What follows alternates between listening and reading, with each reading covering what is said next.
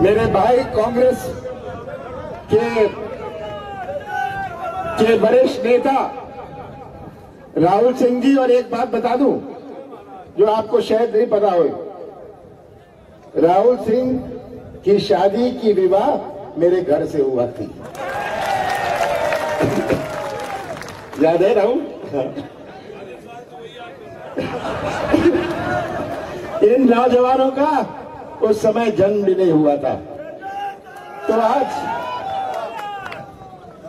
हम सब उसी कारण उपस्थित हैं। हमारे देश के एक प्रसिद्ध वकील विवेक तनखा जी, लखन गंगोरिया जी, हमारे डब्बू भाई, हमारे नीलांशु भाई, कमलेश्वर जी, संजय शर्मा जी, अजय टंडन जी, यादवेंद्र सिंह जी, दिलीप मिश्रा जी, इनका नाम लूं मैं, राजाराम जी, विजय राघवेंद्र सिंह जी जो कटनी से आए हैं, उषा चौधरी जी, और हमारे जोरदार नौजवान जिनका भाषण आपने सुना, गरीबदास जी। कहां गए गरीबदास जी? राम गरीब जी। राम गरीब जी लगते बुजुर्ग हैं, पर आपने सुनी उनकी बात? नौजवानों की बात करते हैं, नौजवान हैं। उषा चौधरी जी, अर्चना जायसवाल जी, मंजूर त्रिपाठी जी, सभी यहां उपस्थित नेतागण, और हमारी सरल स्वभाव, लोग कहते हैं ये बहुत सरल है, सही बात है, सरल है, पर लड़ाकू भी बहुत है। ये आपके लिए, मैं जानता हूं, मुझे इसकी पहचान है कि ये कितनी लड़ाकू भी हो सकती है, सरल स्वभाव की है। सभी यहां आए हुए आदरणीय बुजुर्गों, माताओं और बहनों, और इतने उत्साह भरे हुए मेरे प्यारे नौजवानों, बहुत खुशी हुई आज रहगांव आके, रहगांव क्षेत्र आकर। ये तो आप जानते हैं, मैं जानता हूं, सब जानते हैं, जहां 35 साल से कांग्रेस को मौका नहीं मिला। सतना में हमारे आखिरी सांसद, सतना के आखिरी सांसद अर्जुन सिंह जी से लगभग 30 साल हो गए। और क्या पाया पिछले 35 साल और 30 साल में? किसका विकास हुआ? शिवराज सिंह जी आए थे ना, उनकी घोषणाओं का बहुत विकास हुआ, घोषणाओं का बहुत विकास हुआ। और मैं सुनता हूं, अभी सबकी बात सुन रहा था कि किस प्रकार यहां कॉलेज की बात हुई, पानी की बात हुई, ट्रांसफॉर्मर की बात हुई। 3-3 गांव के लिए एक ट्रांसफॉर्मर, कितने ट्रांसफॉर्मर जले रहते हैं, और बिजली के बिल की बात हुई। आज शिवराज सिंह जी ने, याद करिएगा, आज का समय वो याद करने का समय है। 35 साल याद करिए जहां कांग्रेस को मौका नहीं मिला। शिवराज सिंह जी के पिछले 17 साल को याद करिए, मोदी जी के 7 साल को याद करिए। ये उपचुनाव तो आते हैं, ये हमारी प्रजातंत्र में लोकसभा का चुनाव, विधानसभा का चुनाव, जिला परिषद का चुनाव, नगर निगम का चुनाव, नगर पालिका का चुनाव, ये तो हमारे प्रजातंत्र के त्योहार हैं। उपचुनाव भी एक प्रजातंत्र का त्योहार है। हर चुनाव का अपना मायने होता है, लोकसभा का अपना मायने होता है, विधानसभा का, जिला परिषद का, पर उपचुनाव का भी एक बहुत महत्व संदेश जाता है। इस चुनाव से कोई गवर्नमेंट बननी नहीं है, कोई गवर्नमेंट बिगड़नी नहीं है, पर आप ये संदेश दे सकते हैं कि रहगांव और सतना जिले के लोग सीधे साधे हैं, सरल स्वभाव है, गरीब है, पर बेवकूफ नहीं है, मूर्ख नहीं है।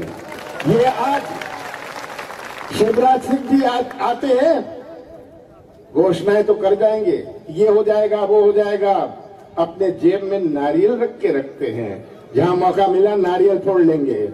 ये शिवराज सिंह जी थक गया है, ये प्रदेश, मैं तो सब जगह दौरा कर रहा हूं, थक गया है।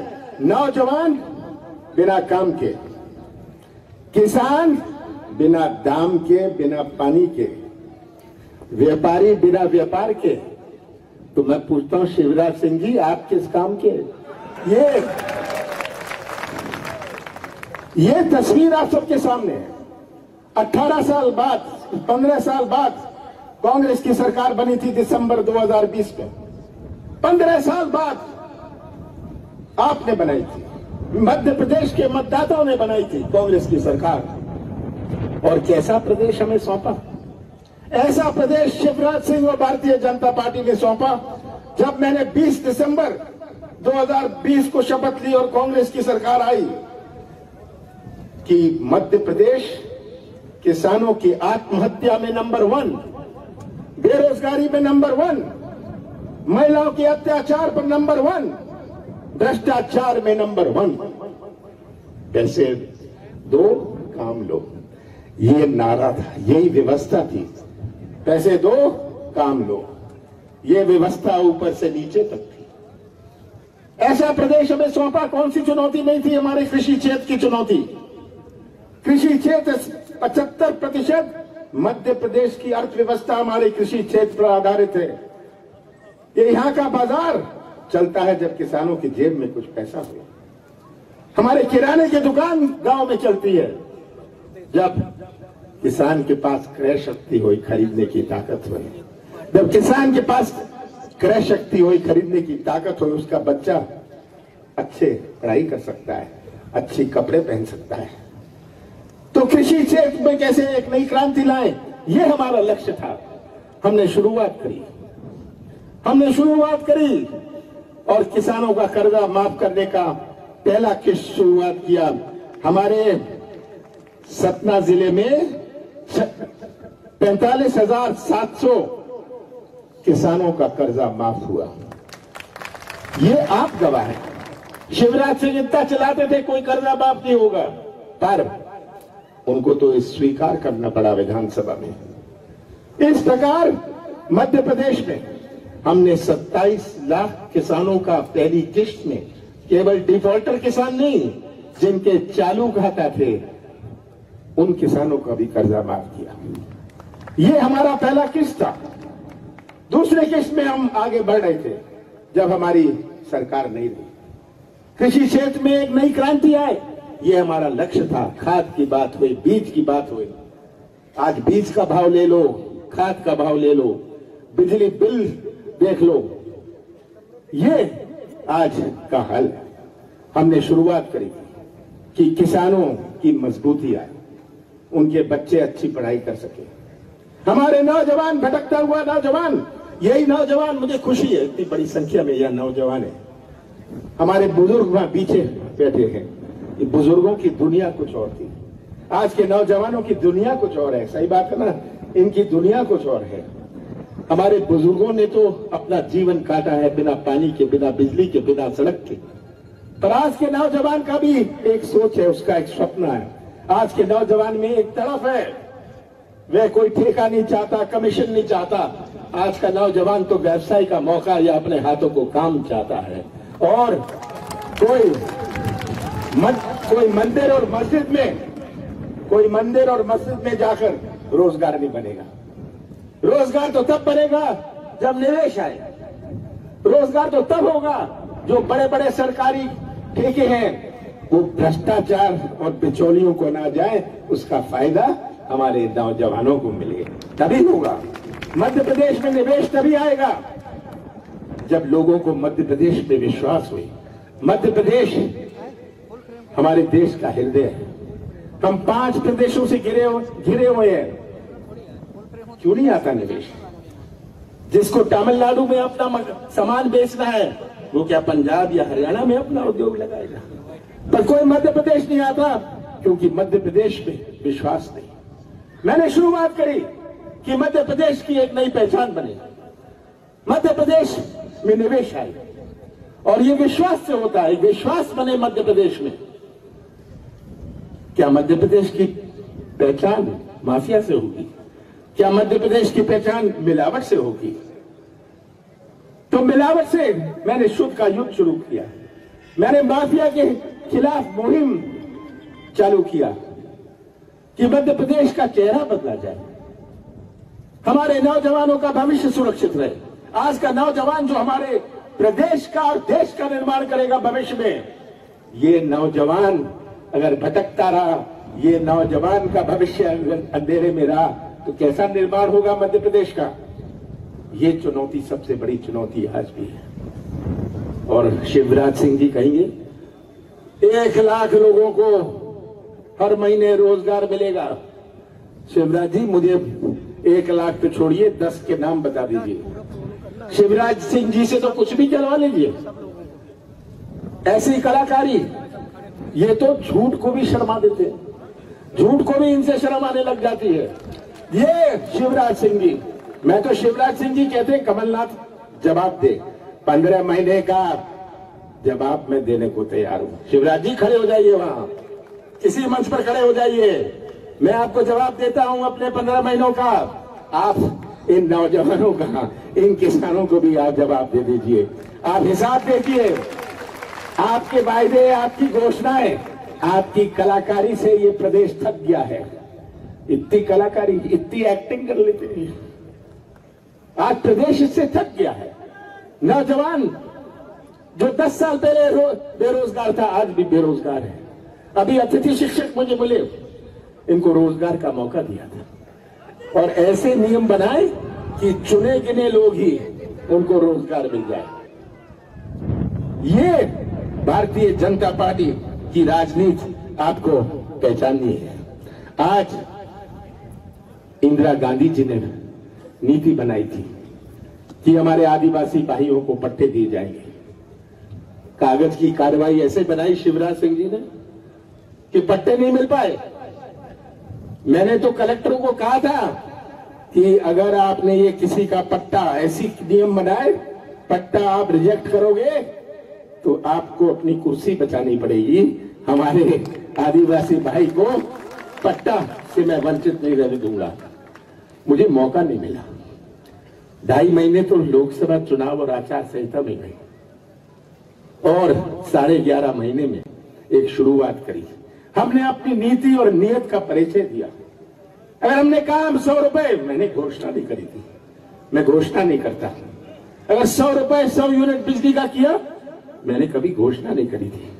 अगर मैंने पेंशन बढ़ाया, सामूहिक विवाह के पैसे दिए, ये घोषणा नहीं करी थी। क्योंकि घोषणा करना बहुत आसान है, पर मैं चाहता था कि आप नियत और नीति का परिचय हमारा देख लें।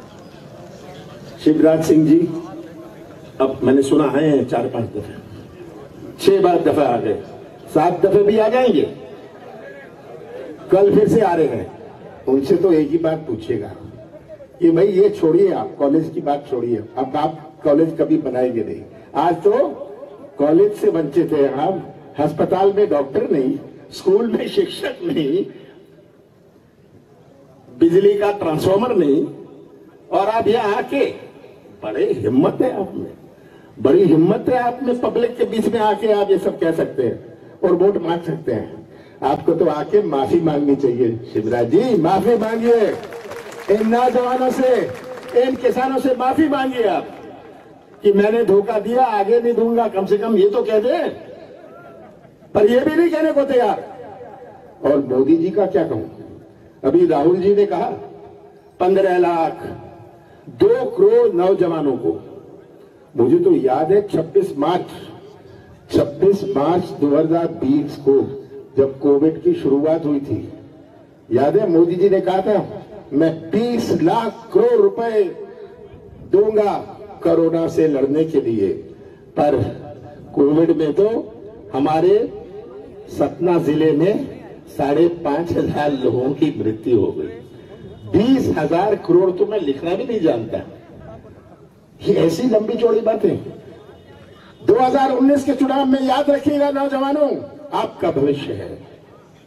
2019 के चुनाव में नौजवान की बात नहीं करी, किसान को जिनको कहते थे 50% नफा होगा, उसकी बात नहीं करी, राष्ट्रवाद की बात करने लग गए, पाकिस्तान की बात करने लग गए। याद है सर्जिकल स्ट्राइक, राष्ट्रवाद।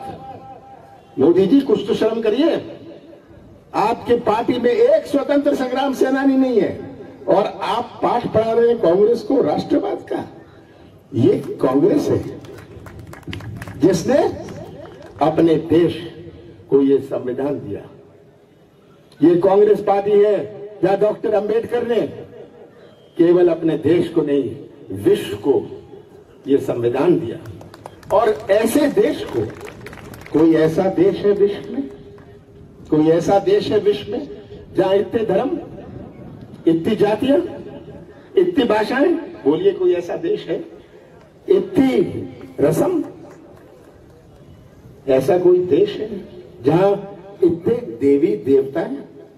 घर पर हम किसी देवी देवता की पूजा करते हैं, बाहर जाते हैं मंदिर में किसी और की पूजा कर लेते हैं। ये भारत की विभिन्नता है और डॉक्टर अंबेडकर ने ही इस विभिन्नता को देखते हुए हमारे सबसे कमजोर वर्ग को सुरक्षित रखने के लिए डॉक्टर अंबेडकर ने ये हमारा संविधान बनाया।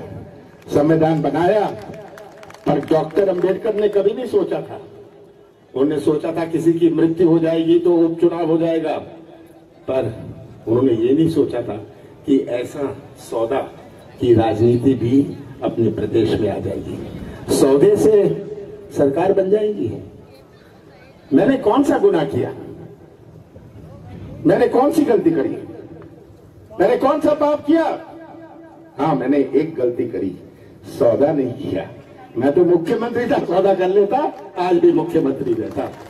पर मध्य प्रदेश की पहचान सौदे से नहीं होनी चाहिए। मध्य प्रदेश में सौदे की राजनीति प्रवेश करे, ये मैं नहीं चाहता था। मैं मध्य प्रदेश की पहचान सुरक्षित रखना चाहता था। तो आज ये तस्वीर आप सबके सामने है। 27 के बाद ये पंडाल नहीं रहेगा, ये झंडे नहीं रहेंगे, ये बैनर नहीं रहेगा। 27 के बाद ये भाषण नहीं होंगे। उसके बाद जो आप 30 तारीख को बटन दबाएंगे, आप कांग्रेस का बटन केवल ही नहीं दबाएंगे, आप हमारी बहन का बटन ही केवल नहीं दबाएंगे, आप बटन दबाएंगे, भविष्य का बटन दबाएंगे। और मुझे पूरा विश्वास है आप सब पर कि ये जो मुकाबला है हमें अपने देश की संस्कृति को बचाने का है।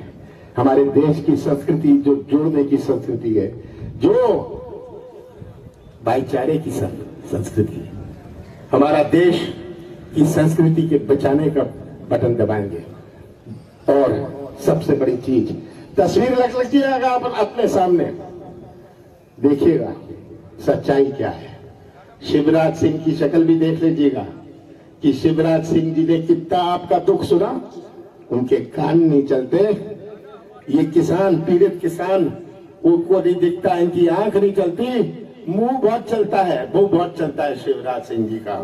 और ये तस्वीर सामने रख के मेरा आपसे एक ही निवेदन है, भविष्य का तो बटन दबाएंगे पर सच्चाई पहचान लीजिएगा, सच्चाई का साथ दीजिए। कांग्रेस का मत देना, कमलनाथ का मत देना, पर सच्चाई का साथ दीजिए।